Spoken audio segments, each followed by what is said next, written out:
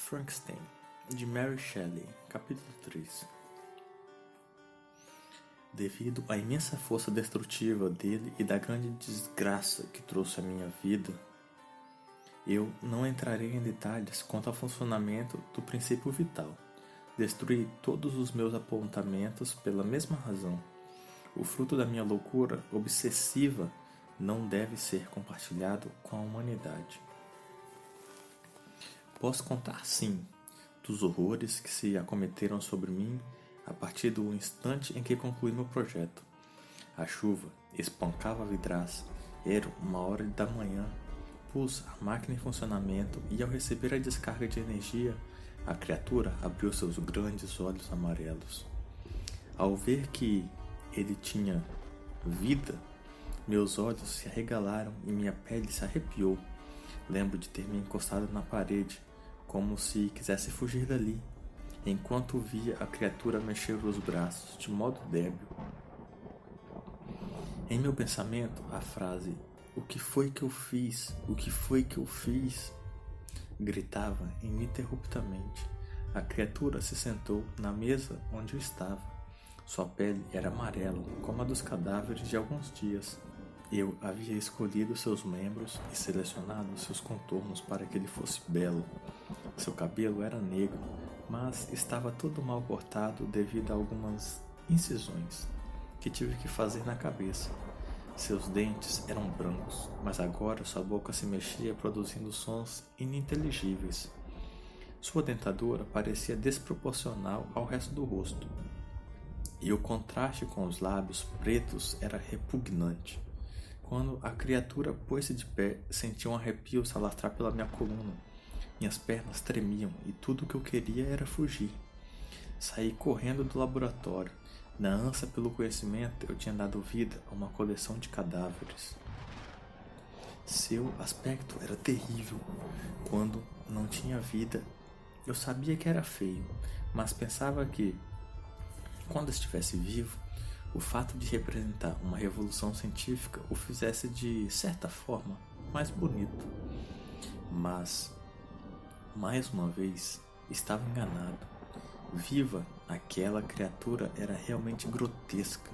Sua aparência era terrível, capaz de assustar qualquer um. Quando o dia amanheceu, eu estava perdido nas ruas de Ingolstadt. As pessoas me olhavam com curiosidade, pois minha aparência era das piores. Cabelos e barbas crescidos e desalinhados, vestindo um longo avental sujo e amassado. Nessa condição, fui me afastando do centro da cidade. Na estrada, creio que, mais uma vez em minha vida, por obra divina, encontrei meu amigo Henry Clerval. Ele vinha numa diligência, dirigia-se à universidade, pois finalmente seu pai concordara em pagar-lhe os estudos. Não fosse Henry, eu teria morrido alguns dias depois em consequência do meu estado muito debilitado. Clerval me acolheu e aos poucos me ajudou a retornar à minha vida. É claro que o começo foi difícil. Aquela manhã eu entrei na diligência dele e fomos até minha casa. Chegando lá, um arrepio tomou conta de mim. E se a criatura ainda estivesse lá dentro? Eu tinha muito medo de encontrá-lo, e mais medo ainda que Henry o visse. Minha vergonha era tanta que deixei meu amigo esperando do lado de fora, enquanto vasculhava o laboratório e a casa. Felizmente, o monstro havia partido. Henry preparou o café da manhã e, enquanto comíamos, eu tive um ataque de riso.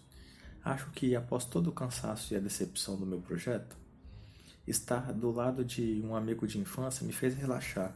Fiquei eufórico, corri pela cozinha, bati palmas, dava gargalhadas.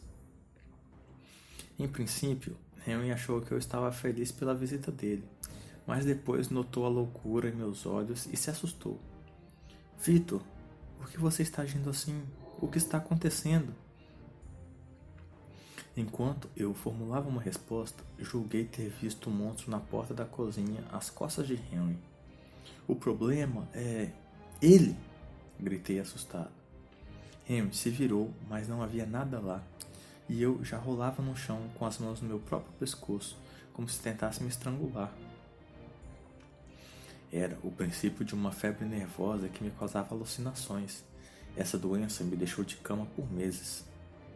Nesse tempo, Henry cuidou de mim como um dedicado enfermeiro e um amigo fiel, pois, a meu pedido, omitiu essa situação de Elizabeth e de meu pai.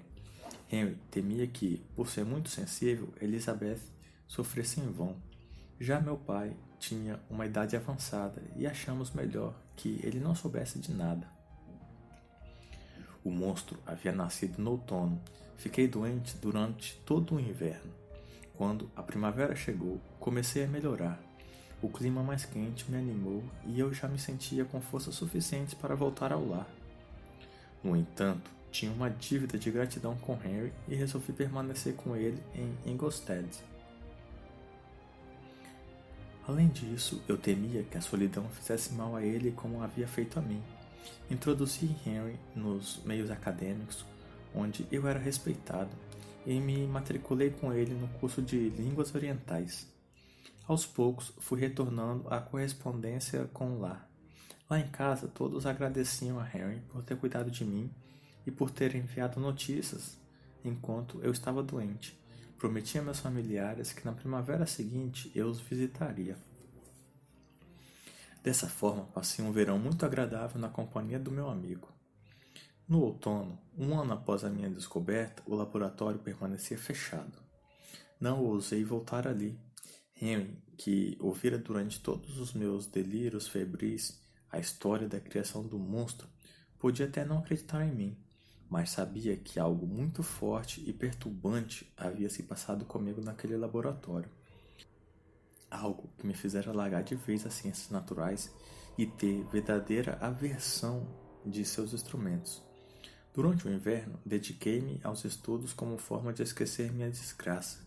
Como eu estava enganado. Assim que a primavera chegou, recebi uma carta de meu pai. Meu querido e distante filho Victor, volte para casa imediatamente. Você é a nossa última esperança de retomarmos um pouco de felicidade que existia neste lar. Gostaria que você houvesse retornado antes, quando estávamos todos felizes. Hoje, isso já não é mais possível. É com imensa tristeza que lhe comunico. Seu querido irmãozinho William está morto. Foi brutalmente esgoelado enquanto passeávamos num dia de sol no começo da primavera. Ele e seu irmão Ernest iam na frente. Elizabeth e eu ficamos para trás e nos assustamos quando Ernest voltou perguntando por William. Eles estavam brincando de esconde-esconde, até que William sumiu. Ernest voltou para saber se William estava conosco, mas ele havia desaparecido. O procuramos sem sucesso até anoitecer. Quando anoiteceu, peguei tochas e segui as buscas. Encontrei o pequeno Willie caído no mato. Sua pele estava dura e branca. Toda a alegria daquele jovem espírito havia sumido. Seus belos olhos azuis estavam estralados numa aparência de medo. Ele estava morto e seu pescocinho todo amassado e marcado pela mão assassina que levou sua vida. Não temos pistas do assassino. Sabemos apenas que deve ter matado para roubar uma pequena medalha que William usava naquela tarde e que sumiu de seu pescoço. Volte logo, meu filho. Não aguentamos mais a sua ausência. Tente consolar Elizabeth, pois ela injustamente se culpa pela morte de William. Com afeto e angústia, Alphonse Frankenstein. As lágrimas invadiram meu rosto a cada palavra que eu lia. Senti-me culpado por estar ausente durante tanto tempo. Imediatamente comecei a fazer as malas. Era hora de reencontrar minha família e encarar a realidade.